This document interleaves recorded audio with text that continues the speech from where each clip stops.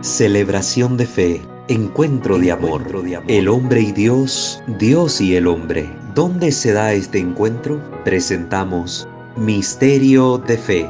Escúchanos y conoce más sobre las expresiones de nuestra fe creída y celebrada en la liturgia. Señor Jesús, mi Salvador, amor eterno, amor divino. Queridos hermanos, sean bienvenidos una vez más a este su canal de Liturgia Católica, Misterio de Fe, que por la gracia de nuestro buen Dios llega a ustedes semana tras semana con nuevo contenido que les permita a ustedes continuar su formación en esta materia. Les invitamos a suscribirse a este canal y activar la campana de notificaciones si aún no lo han hecho. De igual manera pueden conocer nuestros otros dos canales en YouTube. Creo, Señor, yo creo en el ámbito de la doctrina católica de corte apologético y santo debo ser en el ámbito de la espiritualidad católica. En ambos encontrarán también material diverso que les puede ser de utilidad para su crecimiento cristiano. Pueden escucharnos igualmente en Spotify, tenemos distintos audios, algunos con los audios de los videos, otros son audios propios para esa plataforma. Así que les invitamos también a conocer nuestro material en Spotify. Pueden seguirnos en Facebook como @WalterFajardo20 y apoyar a la causa de la formación cristiana a través de esta comunidad, pues con su donativo económico, si ustedes lo miran a bien. En la descripción de cada uno de nuestros videos van a encontrar la información necesaria para acceder a estas plataformas y para poder también apoyarnos. Vamos sin más preámbulos a comenzar la formación de este día poniéndonos en la presencia de nuestro buen Dios. Ave Maria Purissima, sine lave concepta, in nomine Patris et Filii et Spiritus Sancti. Amén. Oh Dios omnipotente, Padre rico en misericordia, que miras con bondad y ternura a todas tus criaturas. En tus manos nos colocamos, Señor, y ponemos esta sesión para que tu Espíritu Santo, que nos da luz y guía, pueda ayudarnos a discernir estos contenidos, a enriquecernos con ellos y orientar todas nuestras acciones a la máxima honra y gloria tuya, Señor. Que la Santísima Virgen María, nuestra Madre, Reina y Señora, San José su casto esposo, los santos y los ángeles, nos alcancen de ti las gracias que necesitamos para obrar en conformidad con tu voluntad y darte gloria a ti que vives y reinas por los siglos de los siglos. Amén. Pater noster qui es in celis, sanctificetur nomen tuum, adveniat regnum tuum, fiat voluntas tua sicut in cielo et in terra. Panem nostrum quotidianum da nobis hodie, et dimite nobis debita nostra, sicut et nos dimittimus debitoribus nostris, et ne nos inducas in tentationem, sed libera nos a malo. Amén. Ave Maria, gratia plena, Dominus tecum, benedicta tu in mulieribus, et benedictus fructus ventris tui, Iesus.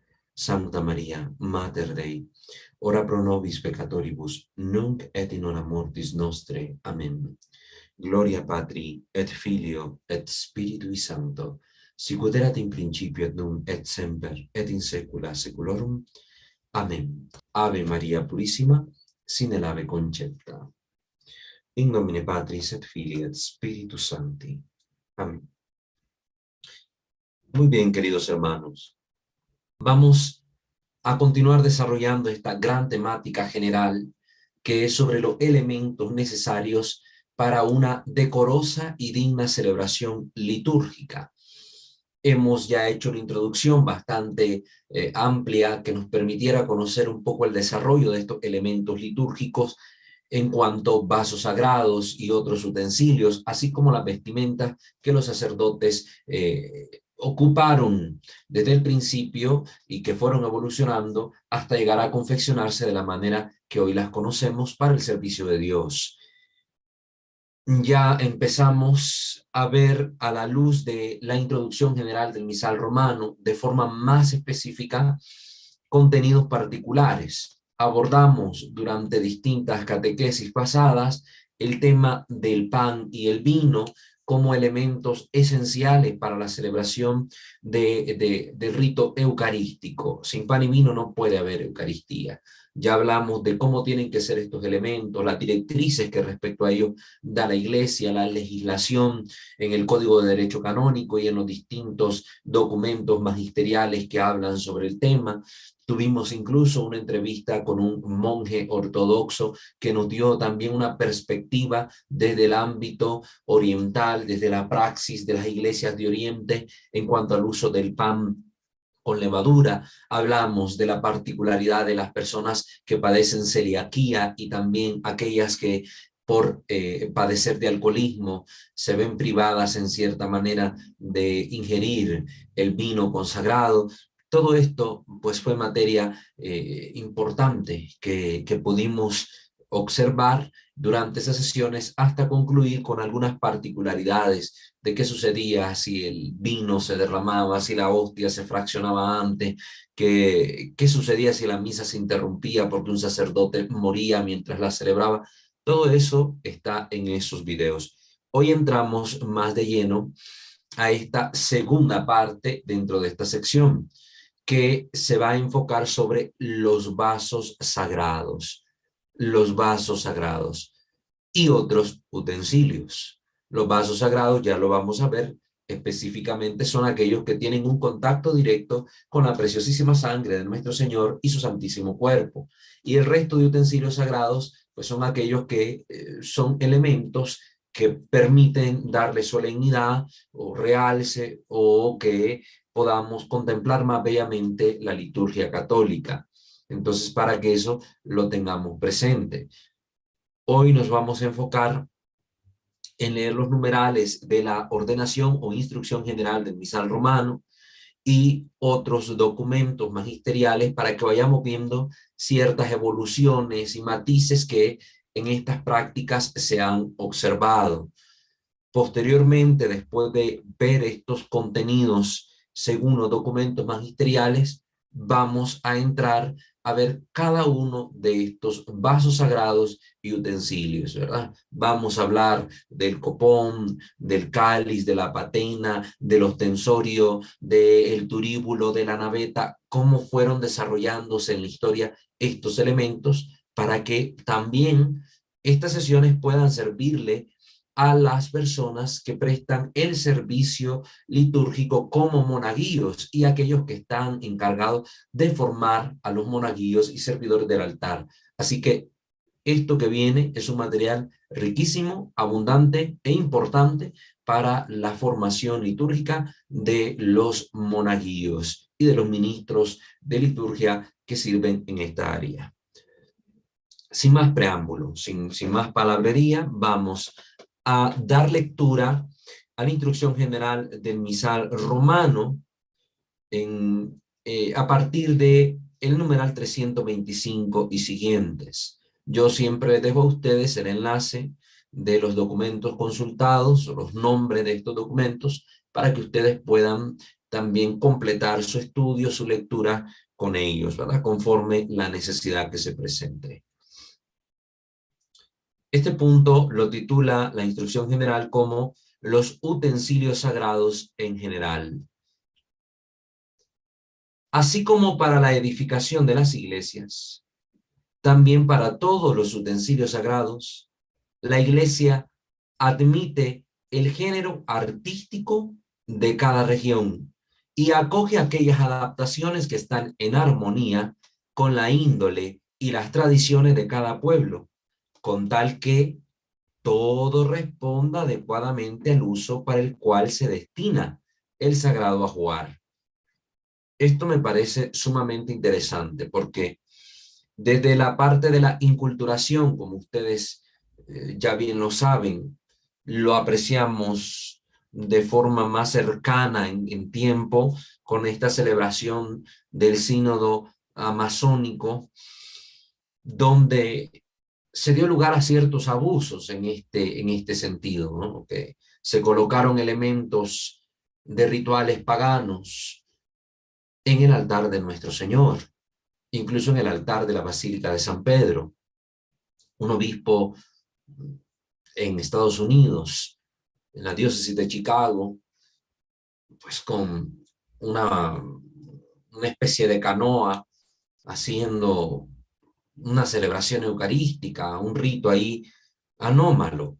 Ojo con esto, porque aquí bien está diciendo la instrucción general que sí pueden entrar en la celebración litúrgica el arte y las tradiciones de cada pueblo, siempre y cuando éstas persigan ciertas normas, que cumplan ciertos requisitos, que permitan un uso adecuado para el oficio sagrado.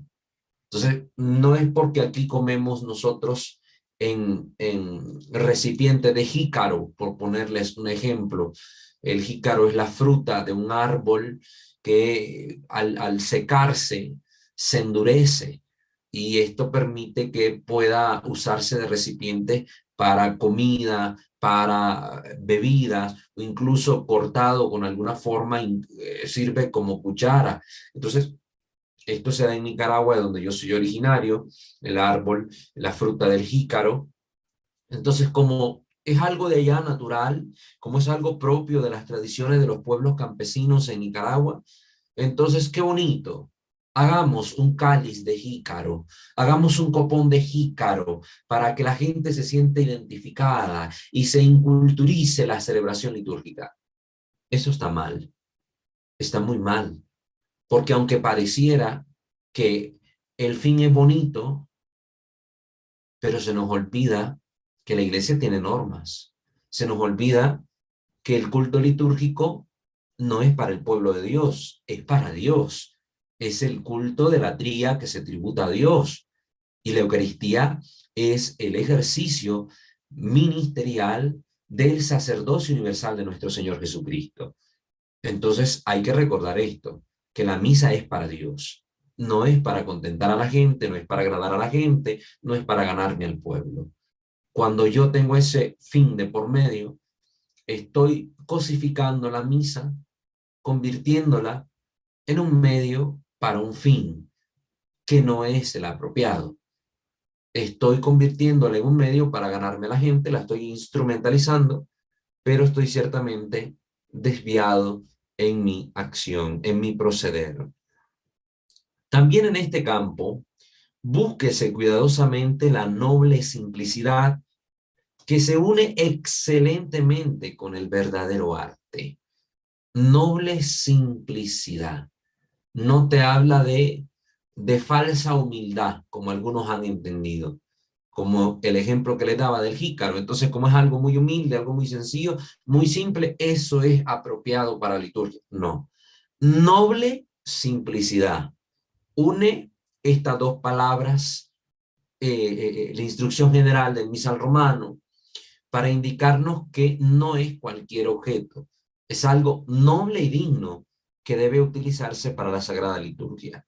Y esto lo dice sobre todo respecto al arte, porque pueden haber excesos o excentricidades que no corresponden a un buen uso litúrgico. El punto 326 dice: en la elección de los materiales para los utensilios sagrados, además de los que son de uso tradicional, como ya lo sabemos, los metales preciosos especialmente, pueden admitirse aquellos que, según la mentalidad de nuestro tiempo, se consideren nobles, durables y que se adapten bien al uso sagrado. La conferencia de obispos será juez para estos asuntos en cada una de las regiones, según pues lo que dice el numeral 390 de esta misma instrucción. Como ustedes están viendo, sí se permite el uso de otros elementos distintos a los metales preciosos para la elaboración de los vasos sagrados. Pero aquí ya se están dando ciertas cualidades que estos materiales deben cumplir para poder ser dignos de un uso litúrgico. Nobles, durables y que se adapten bien al uso sagrado. Aquí cada conferencia episcopal ha de emitir su juicio. Para evitar confusiones, nos vamos por lo seguro. Si en la tradición los metales preciosos o los metales bañados con oro, como lo vamos a ver, son los que se han admitido, ¿para qué le estamos buscando 3 pies al gato, 3 patas porque es un animal, con innovaciones Innovaciones que tienden al abuso, tienden a la desacralización del culto y tienden a hacer escándalo para el pueblo santo de Dios, especialmente para los más sencillos. Entonces, esta recomendación también se la doy. A partir del numeral 327, la instrucción general va a hablar directamente de los vasos sagrados, que son estos que les he mencionado al principio, que están en contacto con las especies eucarísticas. Dice el numeral 327, entre lo que se requiere para la celebración de la misa, merecen especial honor. ¿Sí? La Iglesia le tributa un honor a estos vasos. Merecen especial honor los vasos sagrados. Y entre estos, entre los vasos sagrados, toda la colección de vasos, de forma muy particular, el cáliz y la patena. El cáliz, que ya sabemos, es la copa, y la patena, esta pieza redonda, este disco redondo, en el cual se coloca la hostia que se consagra en la Sagrada Misa. Y entre estos, el cáliz y la patena, en los que el vino y el pan se ofrecen, se consagran y se consumen. Son las tres cosas que se hacen con estos vasos sagrados. En el ofertorio se presenta al Señor el pan y el vino. Durante la plegaria eucarística, con epíclesis, la invocación del Santo Espíritu, se consagran, se transustancian estos elementos. Y al final, en el rito de la comunión, pues de ellos se toman las especies eucarísticas para consumirlas. El numeral 328 dice, háganse estos vasos sagrados de un metal noble, de un metal noble. Es el primer requisito, es la primera recomendación, es la primera orientación o sugerencia, si así la quieren ver ustedes, que hace la instrucción actual del misal romano sobre los vasos sagrados, siguiendo la tradición de la Iglesia. Es que el peso de 2000 años de tradición no es cualquier cosa. Y de 50, 60 años para acá hemos visto tantas innovaciones que la mayoría rayan el abuso. Rayan el abuso. Entonces, por eso, la insistencia. Háganse de un metal noble los vasos sagrados. Si son fabricados de metal que es oxidable o es menos noble que el oro, deben dorarse habitualmente por dentro. Ahora aquí están viendo la condición. Si no va a ser un metal noble, pero va a ser un metal al final de cuentas, se está pidiendo como condición que deben dorarse habitualmente por dentro. Se les da un baño de oro, se les llama a veces. Se les dora en la parte interior, que es donde va a estar en contacto esa parte con las especies consagradas de forma más directa, porque van a contener el cuerpo y la sangre de Cristo que estén revestidas de lo mejor posible. Entonces, lo que va a tocar el cuerpo y la sangre de Cristo, que sea preferentemente oro, dice la Iglesia, el metal más precioso que conocemos o que es más digno para esto. De ahí que, si ustedes están fijando con qué reverencia trata en los libros litúrgicos la Iglesia las especies eucarísticas, me asombra con cuán gran descuido los sacerdotes, los diáconos o los ministros tratan a las especies eucarísticas, o las irreverencias con las que el pueblo de Dios hoy trata a la Eucaristía cuando se va a comulgar, especialmente en las manos, que no hay este cuidado, no hay esta delicadeza que la Iglesia observa incluso en los vasos sagrados. Como una persona va a poder adorar a Jesús presente en la Eucaristía, doblar sus rodillas para adorarle cuando está puesto en el ostensorio, si lo agarra como galleta, ¿cuándo lo va a comulgar? Al mismo Cristo al que se supone debe adorar. Por eso la gente ha perdido la noción de lo sagrado, ya no dobla rodilla, ya no le encuentra sentido a la reverencia, porque la Eucaristía está siendo tratada como un pedazo de galleta, como un pedazo de pan cualquiera, olvidando la presencia real de nuestro Señor en las especies eucarísticas.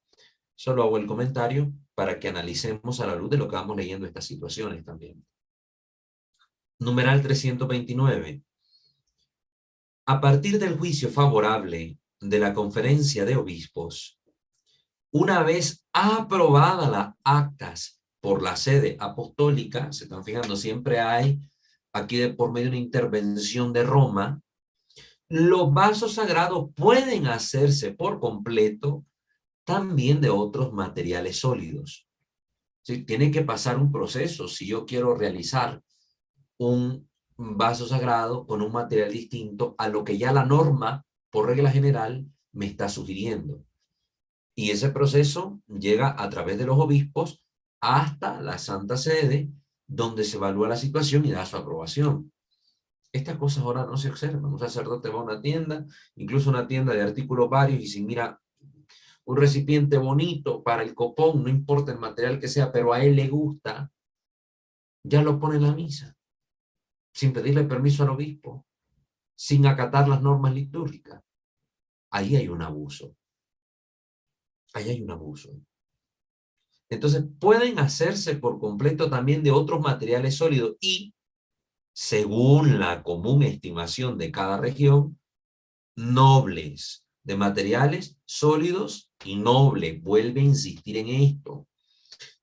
¿Cómo? Por ejemplo, aquí va a dar unos cuantos ejemplos, el misal romano, como por ejemplo el ébano u otras maderas muy duras, siempre y cuando sean aptas para el uso sagrado.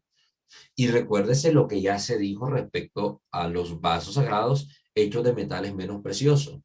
Se le hace un revestimiento interno, se le dora para poder usarse en la liturgia. Yo he visto vasos de madera muy dignos, muy elegantes, muy nobles, de estas maderas como las que menciona acá el misal, que por fuera están bellamente talladas y por dentro llevan la parte metálica dorada y se usan en la liturgia.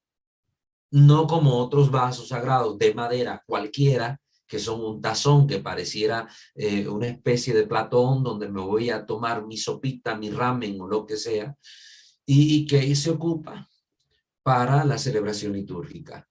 Eso no es vergonzoso, eso no es digno, no es noble, ni agradable, causa escándalo entre la gente porque parece que estamos poniendo al Santísimo en cualquier cosa. En este caso, de estos otros vasos sagrados con estos materiales como la madera que hemos mencionado, prefiéranse siempre materiales que ni se quiebren fácilmente, ni se corrompan.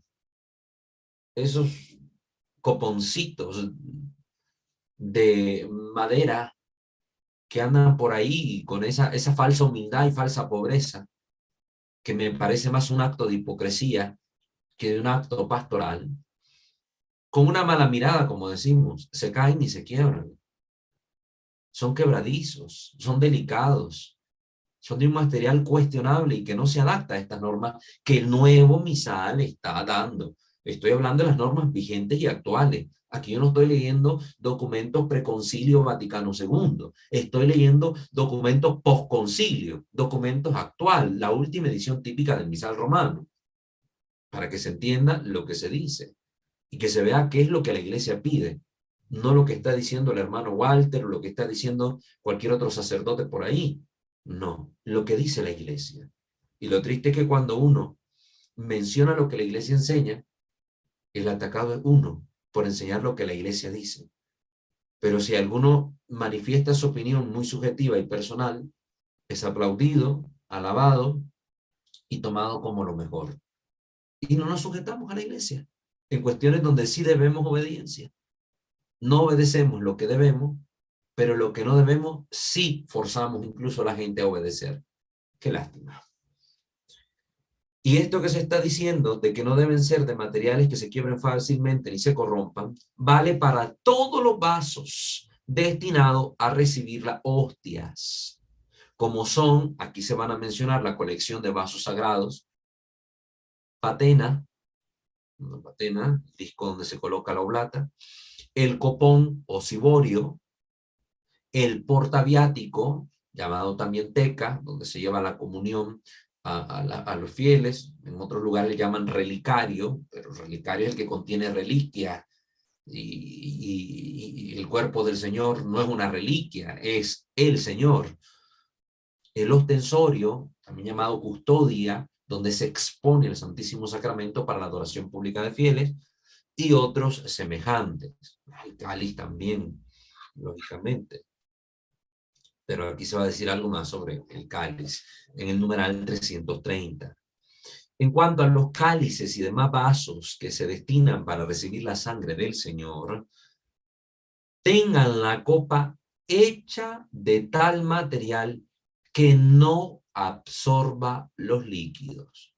Por eso es que les decía que a estos cálices de madera bien tallado, bien elaborado, madera preciosa por supuesto, se les suele colocar, para evitar esta absorción de la madera, se les suele colocar esta copa interna de metal dorado, con el fin también de proporcionar un espacio digno para contener la preciosísima sangre de nuestro Señor Jesucristo. Tengan la copa hecha de tal material que no absorba los líquidos. El pie, en cambio, o la base donde se va a sujetar, puede hacerse de otros materiales sólidos y dignos. Aquí no habría mucho problema de decir que necesitamos que se dore esa parte. No, no, no. Puede ser bien bonito, tallado, de la madera digna, noble, y aquí no hay ningún inconveniente. Pero la copa sí. Con la copa, cuídese este punto. Numeral 331. Para las hostias que serán consagradas, puede utilizarse provechosamente una patena más amplia, en la que se ponga el pan tanto para el sacerdote y el diácono, como para los demás ministros y para los fieles. Esto, lógicamente, se está mencionando de una misa con poca asistencia del pueblo. Una misa con unas 10 personas, un sacerdote, algún ministro ahí, en la misma patena, especialmente hay unos discos un poco más amplios, suelen colocarse para esas misas la oblata, la hostia grande, y las partículas, las hostias pequeñas, y se consagran ahí directamente. No hay ningún tipo de inconveniente respecto a ese uso con una patena adecuada. 332.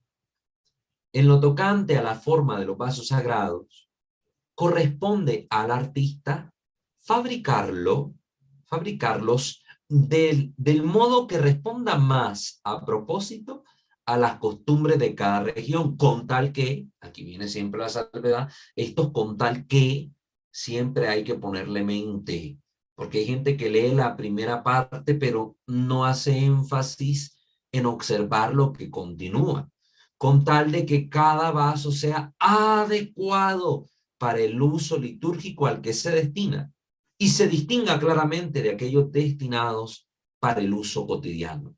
Entonces, una copa de vidrio no es adecuada para la celebración de la misa. Esos recipientes que parecen más un pequeño bol, un tazón, un plato hondo donde se comen la sopita, no es apropiado. Los artistas tienen que tener el cuidado de ver a qué fin se distinguen estos vasos sagrados. Y los obispos de supervisar aquello. Si un artista va a proporcionar alguno de estos vasos para la catedral, para una parroquia, etcétera, pues evaluarlo. Se supone que el sacerdote puede bendecir estos vasos, pero el obispo debe ser notificado. Mire, monseñor, el artista tal nos regaló estos vasos para la parroquia. ¿Qué le parecen? ¿Cumplen estas normas? ¿Están adecuados? Mírelos usted, evalúe. Si da su aprobación, adelante. Se bendicen y se utilizan en la misa. No son aptos, pues aunque sean muy bonitos, se puede poner un museo, se puede utilizar para otras cosas, pero no para la Sagrada Liturgia. Numeral 333. Respecto a la bendición de los vasos sagrados, obsérvense los ritos prescritos en los otros libros litúrgicos. Hay una bendición que se da a estos vasos para poder ser utilizados en la misa. La iglesia tiene un rito para esto. No es como algunos padrecitos dicen con esta mentalidad un poco simplista, no sé si holgazana hasta cierto punto, de decir, no, yo no voy a estar perdiendo mi tiempo haciendo esos ritos. Ya pónganmelos allá en el altar, que ahí cuando yo consagre sobre ellos ya van a quedar bendecidos. Entonces, ¿qué sentido tiene que la iglesia haya estipulado un rito, haya confeccionado una ceremonia, que lo haya hecho durante siglos? si lo importante es la opinión subjetiva de este sacerdote en particular. O usted como sacerdote de la iglesia hace lo que la iglesia le pide, o funde su propia iglesia con su propia mentalidad, sus propias normas, y cada quien hace lo que quiere. Que ejemplos así ya tenemos muchos en el mundo actual. Hay que tener la valentía de obedecer lo que la iglesia enseña.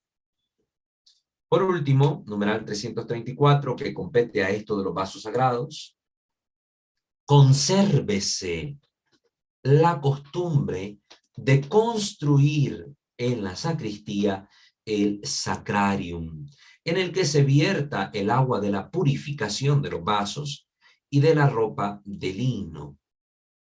Confrontes esto con lo que dice el numeral 280 al respecto. Este numeral ya lo habíamos leído cuando hablamos de los espacios sagrados en el interior de los templos y mencionamos que en la sacristía se debe construir este sacrario. Y aquí se está pidiendo consérvese la costumbre. De forma imperativa lo está diciendo el misal. Consérvese la costumbre de construir el sacrario. Este pequeño espacio como el lavabo, que no está conectada la tubería a las aguas negras, sino que la tubería desemboca en la tierra y por el cual se van a verter estos líquidos, ¿verdad? De cuando se lavan los vasos sagrados o algún purificador, algún corporal, alguna cosita de estas, por ahí se vierte y cae directamente en tierra.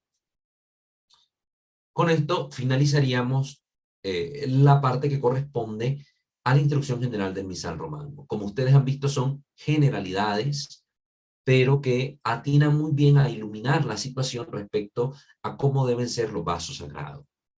Ahora quiero dar lectura a distintos documentos en numerales puntuales que hablan sobre este tema de los vasos sagrados y que vamos a ir de los más antiguos, después del Concilio Vaticano II, pero de los más antiguos a los más recientes, donde vamos a ir viendo cierta evolución en la mentalidad respecto a los vasos sagrados.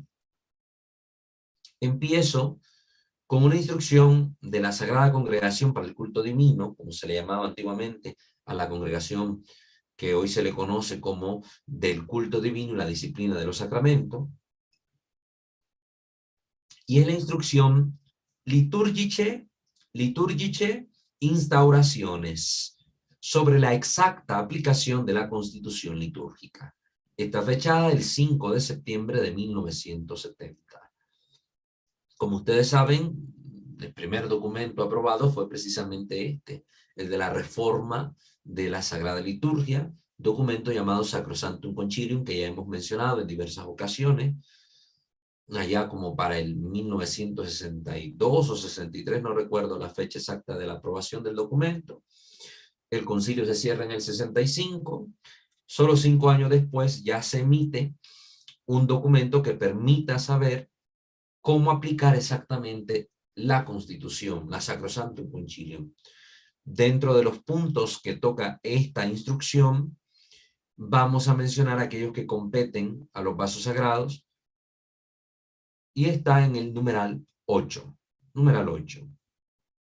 Especial respeto y cuidado se debe tener con los vasos sagrados, ornamentos y demás objetos sagrados. Si están fijando, después del concilio no se dijo viva la pepa, cada quien haga lo que quiera en su sacristía, en su iglesia, póngase el ornamento que se le dé la gana de cualquier material, compre los vasos sagrados como quieran. No. Se insiste en esto. Especial respeto y cuidado que se debe tener con los vasos sagrados, ornamentos y demás objetos sagrados. Para la iglesia nunca han sido cosas superfluas estas. Si se ha concedido mayor libertad respecto a su forma y materia, es para dar a los diversos pueblos y artistas posibilidad más amplia de empeñar sus mejores energías en favor del culto sagrado. Como se ve, aquí hay un reconocimiento de esto que hizo la Sacrosanctum Concilium. Concede una mayor libertad respecto a la forma y a la materia. Porque ciertamente antes del concilio, y agradezco a Dios por ese momento que existió en la iglesia, había más más, una observancia más estricta en estas normas y un cuidado más delicado respecto a estos objetos, porque no son cualquier cosa. Son los vasos que contienen la preciosísima sangre y el preciosísimo cuerpo de nuestro Señor. Los vasos más dignos, incluso hay mártires que han dado su vida protegiendo estos vasos sagrados en la historia de la iglesia, como los libros sagrados también. Y aquí se está reconociendo, ya en este documento del 5 de septiembre de 1970, que se ha concedido en la iglesia esta mayor libertad. Pero ojo, ya leímos en qué sentido se ha dado esta libertad y que hay normativas para esta libertad y para esta materia y forma de los vasos sagrados. Es decir, no se concedió un libertinaje, no se concedió una vía abierta y tírese cada quien por donde quiera. Sí se concedió una vía tal vez novedosa, pero con indicaciones, con señales que permitan saber cómo avanzar, por dónde, para no estrellarse con un abuso litúrgico. Ténganse presente también estas normas, continúa el numeral 8. En primer lugar, los objetos destinados al culto deben ser siempre nobles, duraderos y que se adapten bien al uso sagrado. Ya vemos entonces que hubo esta insistencia desde el principio. Si les damos libertad, pero obsérvese esto. Si pueden elegir otras materias, pero cuídese esto. Aquí se está diciendo de forma específica. Se está numerando cada una de estas especificaciones. No es lícito, por tanto, continúa el documento, usar objetos destinados a uso profano. ¿Qué me he encontrado yo? Sacerdotes consagrando la preciosísima sangre de nuestro Señor en jarras, picheles o como ustedes le digan en sus países, ¿verdad? Estos recipientes de cristal que contienen las aguas, los líquidos, los refrescos, las aguas de sabor que se utilizan en las convivencias familiares. Aquí está la prohibición. ¿No han leído esto acaso los sacerdotes que se han formado en liturgia durante años en un seminario? Es la pregunta que me surge naturalmente al ver estas situaciones escandalosas en las celebraciones litúrgicas. No estoy haciendo una crítica destructiva a nuestros hermanos sacerdotes por quienes oramos. Estamos haciendo una crítica analítica que nos permita a nosotros también reevaluar las cosas, tomar conciencia y convertirnos, redireccionar la manera en que las cosas en que estamos haciendo las cosas, o en que las cosas están sucediendo en nuestra iglesia. No es lícito, por tanto, usar objetos destinados a usos profanos. Otra cosa que me he encontrado, canastitas, canastas, estos, por ejemplo, que sirven como tortilleros, ¿verdad? Con estas servilletas, cuando son misas multitudinarias, ahí se colocan las hostias para ser consagradas. Esa es una violación directa a un documento de la iglesia, donde ha prohibido y lo ha manifestado como acto ilícito el uso de este objeto profano para el uso litúrgico. En segundo lugar, los cálices y las patenas, antes de usarse, deben ser consagrados por el obispo, que juzgará si son propios para el uso a que se destinan. Aquí se está viendo que todavía se conservaba la praxis tradicional de que únicamente el obispo o los equiparables a él fueran quienes consagraran estos vasos sagrados. Consagraran. No era solo una bendición, era una consagración, había una crismación, se ungían con el santo crisma estos vasos sagrados por el fin al que estaban destinados, que solo pueden contener los preciosísimos dones eucarísticos, ninguna otra cosa. Por eso la consagración remarca ante el pueblo fiel esta situación de pertenencia estrictamente al culto divino de estos objetos sagrados. Ya vamos a ver que la norma fue mutando con el tiempo hasta desembocar en lo que hoy tenemos. En tercer lugar, aquí voy a mencionar algo del ornamento. Yo lo voy a mencionar, aunque todavía no vamos a ver de lleno los ornamentos, sino más adelante, pero como está incluido en este espacio, lo quiero mencionar, vale la pena. El ornamento común a todos los ministros de cualquier grado, acólitos, lectores instituidos, diáconos, sacerdotes, obispos, es el alba. El alba. esta pieza blanca que se pone por debajo de la casulla. Se desaprueba, dice aquí la instrucción, se desaprueba el uso de concelebrar solamente con la estola sobre la cogulla monástica o sobre la sotana clerical. La cogulla es esta especie como de sobrehábito que se colocan los monjes para sus oficios de oración, pero está mandado en la norma que sobre la cogulla se debe utilizar, por ejemplo, si yo estoy asistiendo a una celebración, pues debo utilizar también mi roquete o sobrepeís o alba y encima todo lo demás. Aquí está la prohibición. Sobre la cogulla monástica, una estola para concelebrar, no, no está permitido. O sobre la sotana clerical. Sí, yo he visto sacerdotes que con su sotana negra o blanca, pero sotana, una sotana blanca no suple al alba. Una sotana blanca es sotana. Sotana, blanca pero sotana al fin. Entonces, no se puede concelebrar, está diciendo el documento, con la estola sobre la sotana clerical. Se puede concelebrar con la estola sobre el alba y su cíngulo bien ceñido. Eso sí está permitido. Pero solo sobre la estola no. Y está absolutamente prohibido también llevar solamente la estola sobre el traje civil. Cuando los sacerdotes no están vestidos de clerical, está prohibido llevar solamente la estola sobre el traje civil para celebrar la misa o desempeñar otros actos sagrados. Cosa que yo he visto también. Cuando estuvo de moda este movimiento que tuvo que ser purificado, este movimiento de la teología de la liberación en los pueblos latinoamericanos, muchos sacerdotes que andaban metidos hasta como de guerrilleros, así vestidos de militar con la bayoneta, el fusil cruzado sobre el pecho, se colocaban la estola y celebraban la Santa Misa. Estamos hablando años 80. Este documento de los años 70 tenía 10 años de haber salido. ¿No lo leyeron estos hermanos sacerdotes o quisieron desobedecer adrede a la iglesia? ¿Qué pasó ahí? Está prohibido esto. Incluso hoy, años después de todo esto, sigue habiendo sacerdotes que cometen este abuso litúrgico. Yo no sé si se ha puesto tanto empeño en la iglesia en atacar, solucionar, dar respuesta al grave mal de los abusos sexuales a menores.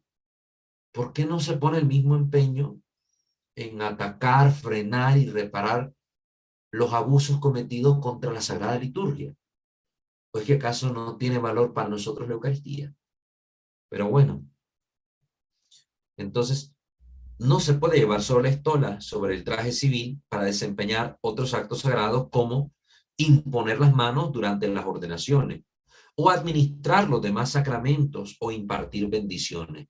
Si un sacerdote quiere dar una bendición, debe al menos ponerse su sotana con su roquete y encima la estola, o revestirse con el alba y encima la estola, para dar bendiciones, para administrar sacramentos, ya sea la confesión, ya sea algún otro sacramento como el bautismo. Debe por lo menos vestirse mínimamente. Y ahora ni siquiera los mínimos se observan. Díganmelo ustedes, qué experiencia han tenido en sus parroquias. A veces se van a confesar el sacerdote así como anda vestido y a veces sin ni siquiera la estola le da la absolución. Entonces, ¿el sacramento es válido? Sí, claro que es válido, porque es un sacerdote ordenado. Pero se han cometido abusos contra el sacramento celebrado cuando no se han cumplido lícitamente las normas que la Iglesia pide que se observen. Cuarto punto, corresponde a las conferencias episcopales decidir si es oportuno escoger para los objetos sagrados otras materias. Si es oportuno, miren que incluso aquí se está haciendo la salvedad. Corresponde a las conferencias, se le confía a los obispos, a los sucesores de los apóstoles, poner mucho ojo en esto, mucha mente, y darse cuenta si conviene o no sustituir los materiales que tradicionalmente se han estado utilizando. Si no conviene, pues no se haga. Es lo que está diciendo aquí el documento. Corresponde a ellos, si es oportuno o no, escoger para los objetos sagrados otras materias, además de las tradicionales. Esta deliberación debe comunicarse a la sede apostólica. Debe comunicarse.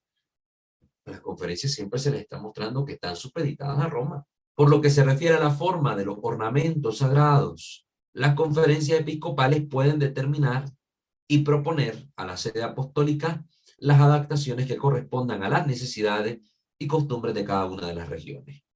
Tenemos ahora otra instrucción. La instrucción se llama Inestimabile Donum, sobre algunas normas acerca del culto del misterio eucarístico. Este documento fue emanado allá por los años 1980. Es decir, hay un espacio de alrededor de una década, 10 años, respecto a la instrucción anterior.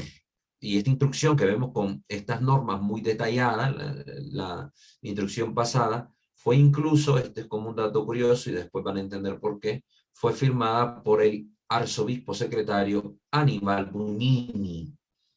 Grábense ese nombre porque más adelante, en temas muy adelantes, vamos a volver a escuchar de él y vamos a hacer ciertas salvedades respecto a la acción de esta persona. Pero ahorita grábense el nombre. Investiguen quién es y se darán cuenta por qué hago énfasis en su nombre.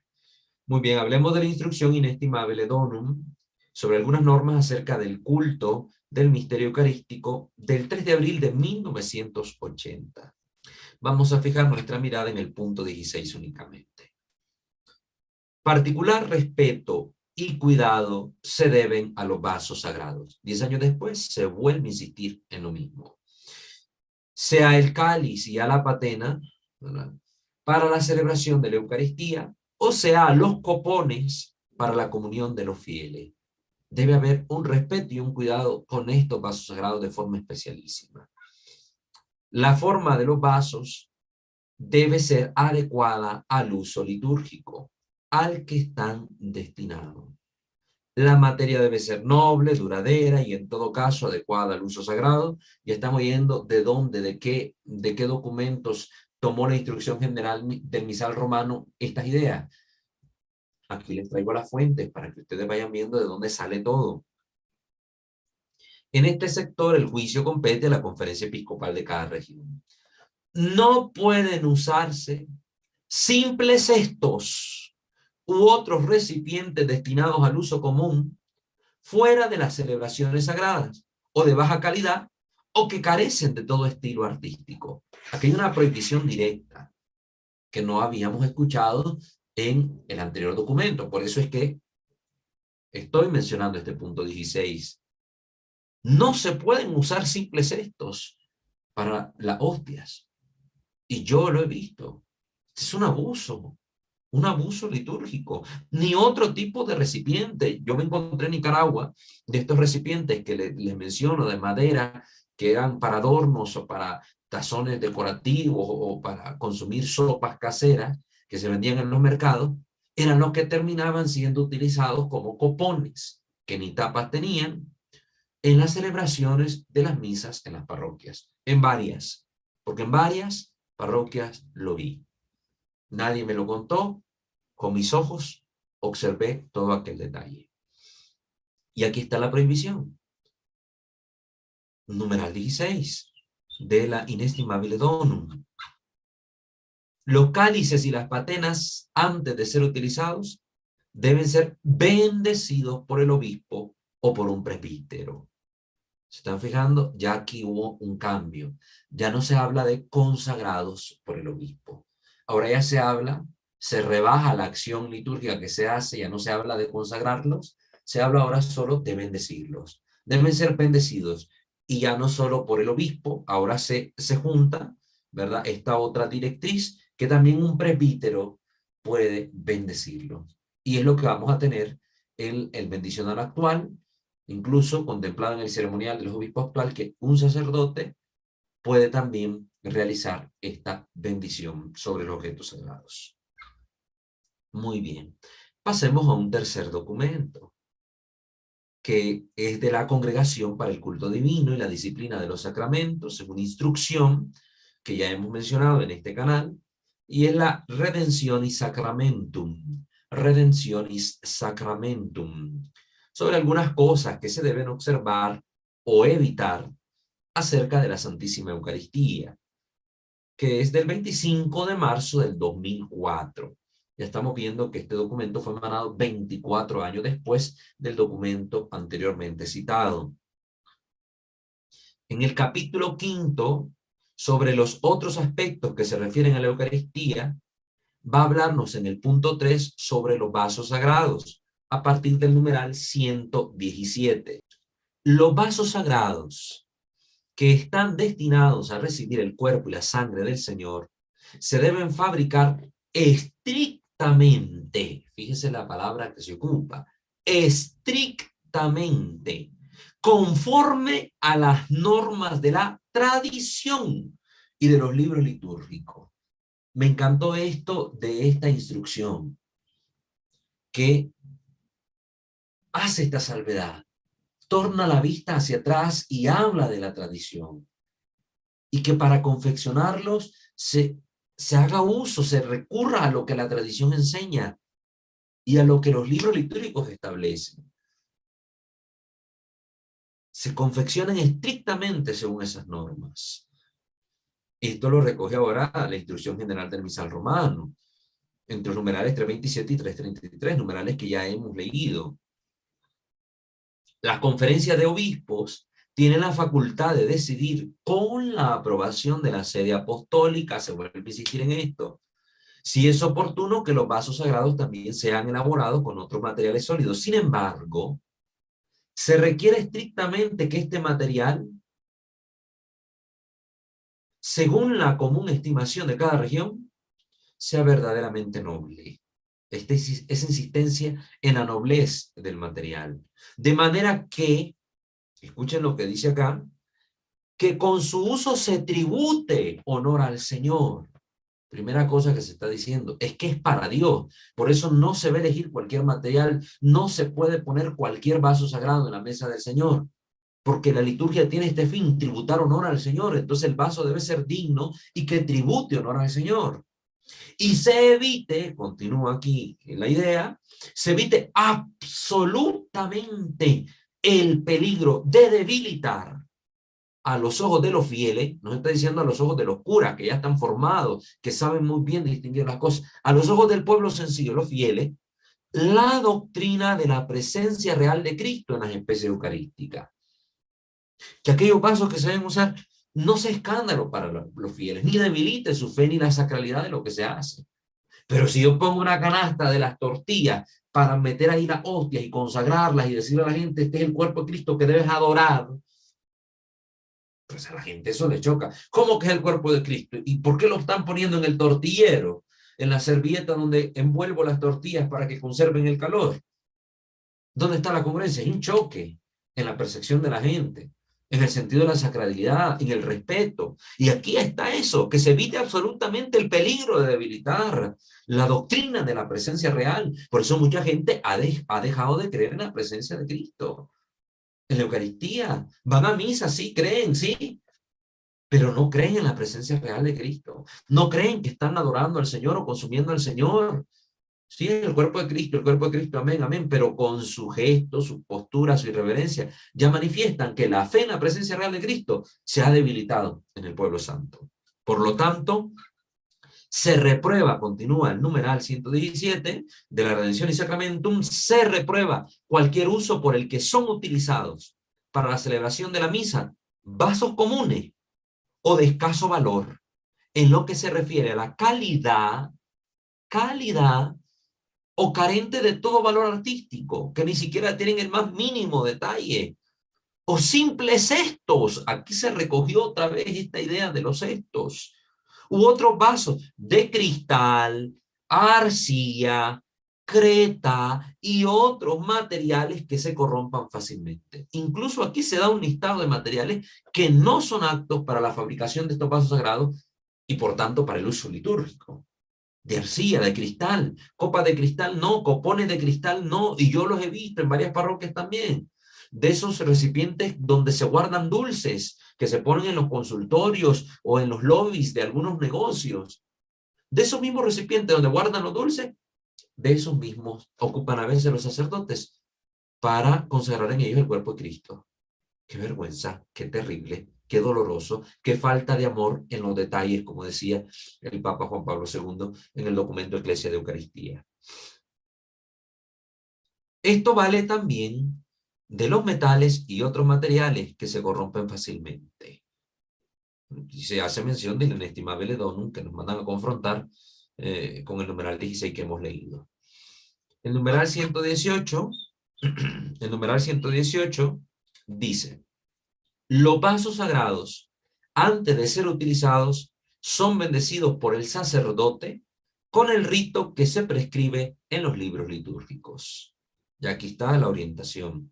Y continúa aquí: es laudable que la bendición sea impartida por el obispo diocesano, que juzgará si los vasos son idóneos para el uso al cual están destinados. Es laudable. Cuando aquí los documentos te hablan de que algo es laudable, te están diciendo, se recomienda o es recomendable que se siga practicando de esta manera. Si antes eran los obispos, pues que lo sigan haciendo los obispos, porque tienen la oportunidad de supervisar los vasos sagrados, porque es más significativo para la comunidad. Una acción realizada por el pastor, por la cabeza de la iglesia particular, la cabeza de la diócesis, siempre se vuelve una acción más significativa para la asamblea litúrgica y reunida, con el sucesor de los apóstoles. Entonces, por eso es que aquí se recomienda y dice así: es laudable que la bendición sea impartida por el obispo diocesano. Ya no se consagra, solo se bendice, pero que lo haga el obispo diocesano. Es laudable, es más significativo. El numeral 119 continúa: el sacerdote vuelto al altar después de la distribución de la comunión, de pie junto al altar o en la credencia, purifica la patena o la píxide sobre el cáliz. La píxide, que también es la teca, donde se lleva la comunión. Después purifica el cáliz como prescribe el misal. Hay distintas maneras de hacer purificaciones. Una se puede usar vino y agua, otra solo agua. Yo preferentemente, cuando me toca purificar los vasos sagrados, utilizo ambos elementos. Y se seca el cáliz con el purificador, no con el corporal, como a veces he visto en algunos casos. Cuando está presente el diácono, este regresa al altar con el sacerdote y purifica los vasos.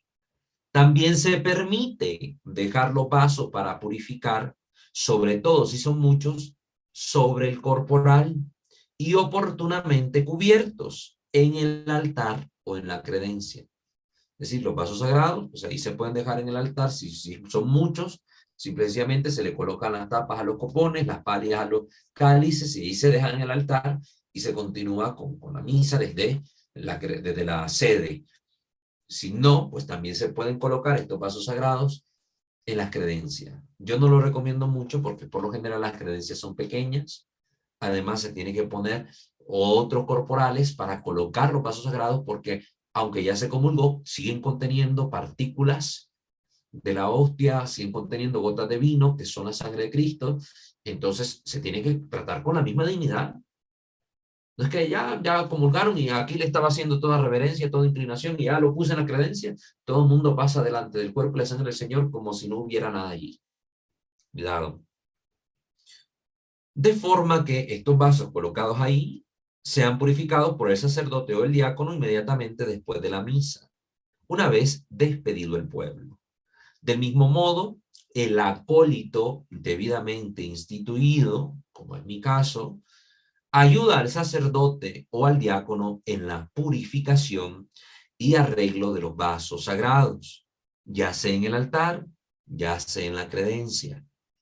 Ausente el diácono, el acólito litúrgicamente instituido lleva los vasos sagrados a la credencia, donde los purifica, seca y arregla de la forma acostumbrada, según lo que enseña el misal romano. No me detengo mucho en esto porque esa es parte de los oficios, los ministerios que se realizan en las celebraciones y también más adelante, si Dios lo permite, en este canal tendremos esa sección formativa. Numeral 120.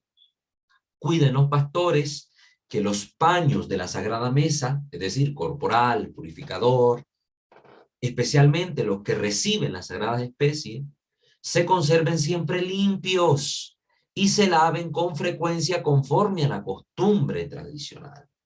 Esta limpieza, por favor, especialmente insistan, señores párrocos, a sus sacristanes, que cuiden este detalle, que los conserven en un lugar limpio, aseado, dobladitos, planchados, y que los laven de la forma correcta, según la costumbre tradicional. Y ojo aquí, a los que son sacristanes o prestan este servicio de lavado de los ornamentos en la iglesia. Numeral 120 de la instrucción Redención y Sacramentum. Aquí viene la manera en cómo se van a lavar. Es laudable que se haga de esta manera, dice el numeral, que el agua del primer lavado, que siempre debe ser hecho a mano, se vierta en un recipiente apropiado de la iglesia o sobre la tierra. ¿Cuál es este recipiente apropiado de la iglesia? El sacrarium. O sobre la tierra, en un lugar adecuado, como una plantita en el jardín. Después de esto se puede lavar nuevamente del modo acostumbrado. Es la manera que se dice. El primer lavado a mano.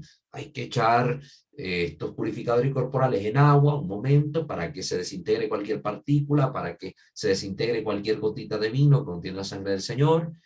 Y luego esta agua se va a vertir en el sacrario.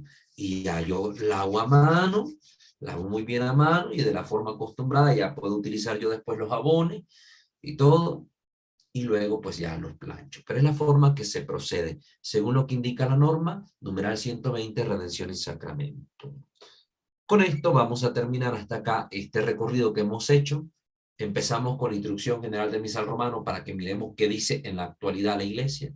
Y luego vimos la evolución con los distintos documentos que están vigentes, no han perdido su vigencia, su instrucción, su valor, su guía, que permitieron pues llegar a las conclusiones que hoy hemos visto. Entonces nos remontamos a documentos de 1970, 1980 y 2004, hasta llegar a la actual Instrucción General del Misal Romano. Ya en la próxima sesión vamos a ver un poco sobre el rito de bendición que contempla el ceremonial de los obispos para los vasos sagrados y diremos algún otro detalle que nos puede resultar interesante. Les invito a suscribirse a este canal Misterio de Fe, activar la campana de notificaciones, visitar nuestros otros dos canales, Santo Debo Ser en materia de espiritualidad católica, Creo Señor Yo Creo en materia de formación doctrinal, escucharnos a través de Spotify como Walter Fajardo, seguirnos en Facebook @WalterFajardo20 y pues si ustedes lo ven a bien, apoyarnos económicamente en esta labor formativa que estamos realizando. Toda información la encuentra en cada una de las descripciones de nuestros videos. Muy bien, les cedemos la palabra ahora a ustedes.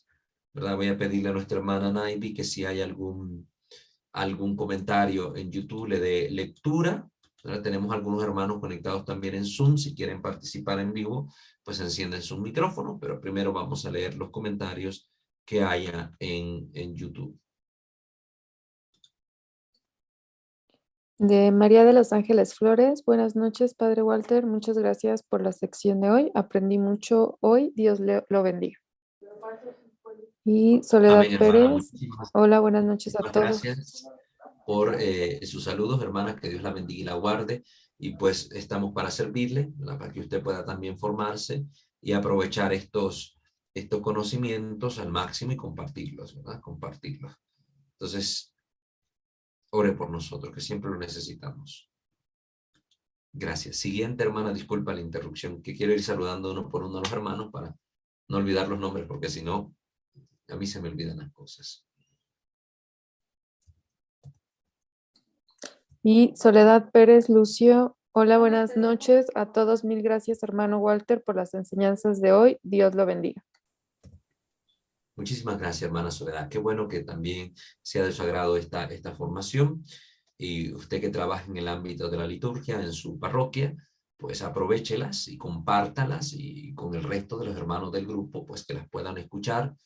No se queden con este material solo ustedes, compártanlo, transmítanlo, porque así pues las enseñanzas según la iglesia se van difundiendo y con esto vencemos errores y abusos que debemos desterrar, exiliar de nuestra vida litúrgica en la iglesia. Muchas gracias. Hermana Elizabeth, que hoy nos acompaña, qué gusto tenerla por acá. No sé si nos quiere dirigir algunas palabras. Buenas noches, hermano. Buenas noches. Pues, híjole, me quedé como que sacada de onda, por decirlo de algún modo. Todo esto que no sabemos, que bueno, uno que es fiel creyente, que sé, yo en mi caso hablo muy bien lo personal, quién es es mi Señor que está ahí en el sacramento, pero los tratos que se le dan donde uno no lo ve, ¿no? O sea, si de por sí ya con lo que veo de los fieles, de gente que me acompaña a estar con él los jueves, es muy triste quienes no lo conocen, quienes no saben de él, no saben comportarse, y todavía saber ahorita, y que usted nos los dice, ¿no? De primera mano, lo que le ha tocado observar, lo que ha tocado vivir, qué tristeza es que se le dé ese trato, como si fuera una galleta, como dice, y pues todos los utensilios que deben de ir, pero yo sabía que se debían de lavar con el agua aparte, no irse al caño y tirarse en una maceta, había ciertos cuidados, ¿no? Pero ya lo que son los revestimientos, del material, de los metales que debe de llevar, pues sí, es en cierta manera se me hace lógico por lo que se trata, las especies de las que se trata, ¿no? Pero qué triste es darse cuenta que la gente no lo vemos así, y más los que están, pues que sean acólitos, sacristanes, mismos sacerdotes que los tratan de esa manera, ¿no? Qué triste es, desafortunadamente, pero qué útil es que lo sepamos cuando uno se acerca. Yo solo soy lectora, yo más allá todavía no llego, solo soy lectora. Afortunadamente llegó un nuevo párroco acá a la parroquia, es muy joven, y pues tiene muchas ganas de trabajar, y eso es padrísimo. Ellos son misioneros, de hecho, pertenecen ay, no me acuerdo cómo se llama, pero es del Beato Scalabrini, de los escalabrinianos. Entonces, si de por sí ellos traen unos 3 votos que son fuertísimos, son dificilísimos, y es que sabemos que otros sacerdotes diocesanos no quisieron venir a la parroquia, ellos dijeron, yo voy. Y qué padre es ver los sacerdotes jóvenes que tienen esas ganas de enseñarnos, porque ya hicieron grupos, ya están armando las catequesis para adultos, y en todo esto, y a mí me han comentado, ¿no? Oye, es que yo te veo, con todo respeto, que tú no, por ejemplo, tú no levantas las manos en el Padre Nuestro, que tú esto, que por ejemplo, si va pasando para dar la comunión, tú te doblas como pues demostrar el respeto, ¿no? En lo que va a la persona caminando, sea el sacerdote, o sea el ministro, que le ayudan, porque si ellos también dan la comunión, no esperan a un ministro, ellos son los que lo hacen, y que a mí me encanta ya ir, porque afortunadamente yo les pido la comunión en la boca y me la dan, y me ha dicho uno de ellos, me siento orgulloso que por lo menos un fiel me la pide en la boca, y con eso ya valió para mí muchísimo el sacrificio que celebramos. Y pues yo me siento encantada, ¿no? Obviamente no por el reconocimiento propio, sino por lo que es, porque luego me quedo pensando, si todas estas personas que vienen a misa, que venimos a misa, no se dan cuenta, a lo mejor con uno el Señor les sirve, y pues aquí estoy, Señor, y se lo ofrezco a Él, para que todas estas personas capten un poquito más de lo que se trata, lo que estamos recibiendo, de lo que estamos presenciando, porque le digo a uno de ellos, es maravilloso ver cómo vive la misa, el momento de consagración. A mí, cómo lo dice, cómo sus palabras, cómo se expresa, a mí me pone chinita la piel, y se lo he dicho, le dije la semana pasada con el Evangelio del jueves, dije, es que usted es la sal, sencillamente ustedes es la sal, porque de verdad nos está ese saborcito, al menos a mí me lo transmite, y me da muchísimo gusto tener la dicha de estar presenciando una celebración así, porque digo, él lo hace con pasión, lo hace con amor, y eso se agradece, porque en estos tiempos ya es bien difícil. Digo, a mí durante la pandemia me tocó buscar una parroquia abierta, que sí está bien, lo pasaban por el internet, por la tele, pues decían, no, tiene que haber una, ¿no? Y fui a dar hasta cerca de la villa, pues yo dije, no me importa, ¿no? Lo importante es estar presente, y pocos sacerdotes dan la comunión en la boca en esa parroquia cerca de la villita, sacerdote maravilloso, que incluso tiene los reclinatorios, no, bueno, más bien esto es para acercarnos a la comunión, con todos las adecuaciones que se hicieron por la situación, la fila, separados, pero él maravillosamente, 5 personas cerca del altar, para hincarnos, recibirle en la boca, y si alguien llegaba y se la pedía en la mano, él le decía, no, boca.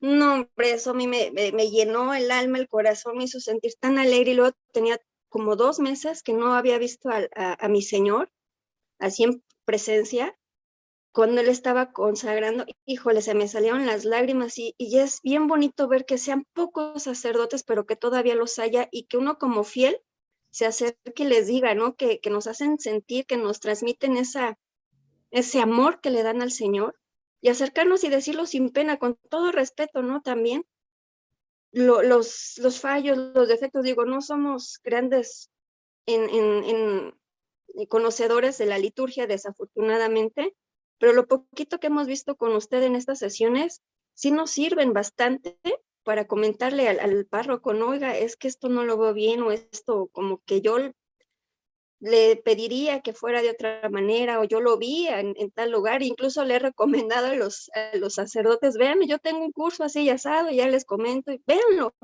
porque de ahí aprendo, por eso es que sé que esto no se hace, que esto así asado, y me gusta, y me dijeron, es que es raro que un fiel se acerque a las instrucciones, ¿no? A instruirse, pero me da gusto que se acerque más, y ya me pidieron a estudiar otra cosa, y dije, ay, todavía no me siento capaz de irme Vamos, a un curso de ministro, voy paso a pasito vamos todavía, poquito a la verdad. poco. Y todo Sí, esto claro. pues le va sirviendo, como usted misma dice, para tener una formación sólida, porque no solo decimos opiniones acá, estamos enseñando con base, con fuentes, con documentos, Sí, para que ustedes puedan respaldar su opinión, porque en estos días también unos a otros nos atacamos entre los fieles, y a veces los argumentos son personales, más que argumentos objetivos en base a la enseñanza de la iglesia. Entonces me da gusto que a usted le estén sirviendo muchísimo estos cursos. Como usted bien menciona, raros son los fieles que les gusta formarse, y lo vemos. Cuestión de liturgia, los canales y las páginas que trabajan estas cuestiones de liturgia son contadas con los dedos las que tienen una gran cantidad de afluencia de personas, pero la gran mayoría no le interesa. No le interesa a la gente formarse en esto. ¿Por qué? Porque los mismos sacerdotes no han inculcado suficientemente el amor debido a la Eucaristía. Porque cuando hay amor a la Eucaristía, uno que ama a su Señor quiere conocer más de Él, saber más de cómo se hacen las cosas que tienen que ver con Él, etc. Hay todo un desbocarse hacia las cosas del Señor y aprender con una sed, como dice el Salmo, como busca la sierva corriente de agua, así mi alma te busca a ti, Dios mío. Pero cuando los sacerdotes no conducen bien al pueblo santo de Dios en este aspecto, se nota también. Se nota porque se ve lo que la gente busca. Busca emocionalismo, sentimentalismo y otras cosas, pero no una fe auténticamente vivida. así es, hermano. Y pues muchísimas gracias, porque de verdad estas formaciones son muy útiles, y también a usted se le nota la pasión con la que nos transmite su sentir, Gracias. pues poderlo llevar a cabo, ¿no? Porque una cosa es escucharlo ya y bla, bla, bla, se oye muy bonito, pero a la mera hora, pues vamos haciendo lo mismo en cada misa, pues no tiene caso. Finalmente es para que aprendamos a empezar por nosotros mismos, y después decirle al compañerito, el que está al lado, oye, no hables ahorita, no es momento para cuchichear, salte, o antes de ponte de acuerdo, haz esto, se va a hacer lo otro, pero ahorita no, ahorita ya estás dentro de la casa del Señor, de nuestro Señor, entonces, bien sentadito, calladito, y a esperar a que comience, ¿no?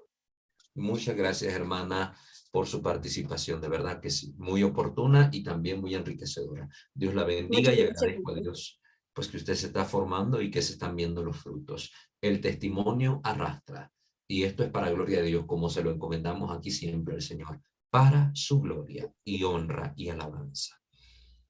No sé si alguien más quiera participar, o hay algún otro comentario en YouTube.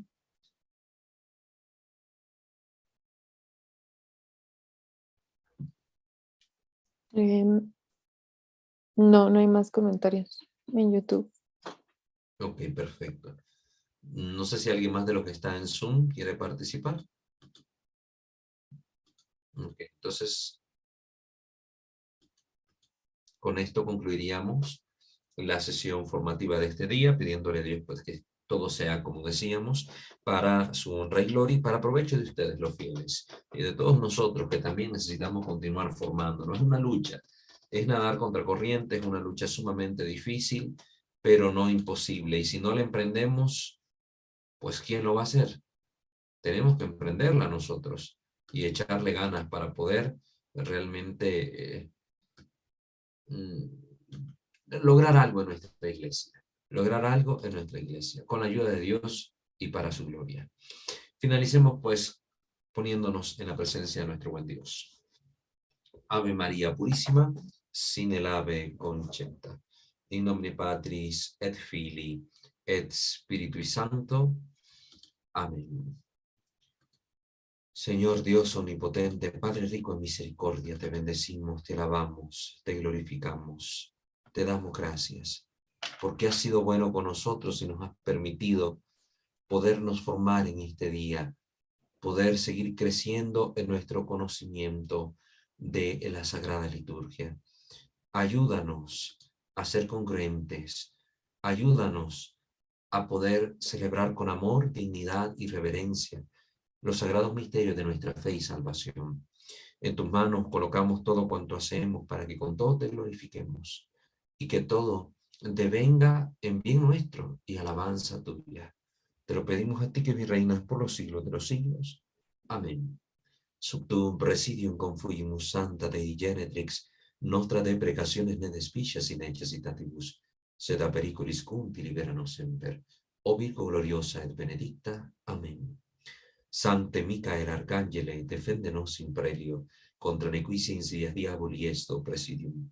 Imperadili Deus supplices deprecamur, tuque princeps milice celestis, Satanam alioscus spiritus malignos, qui ad perditionem animarum pervagantur in mundo, divina virtute in infernum detrude. Amen.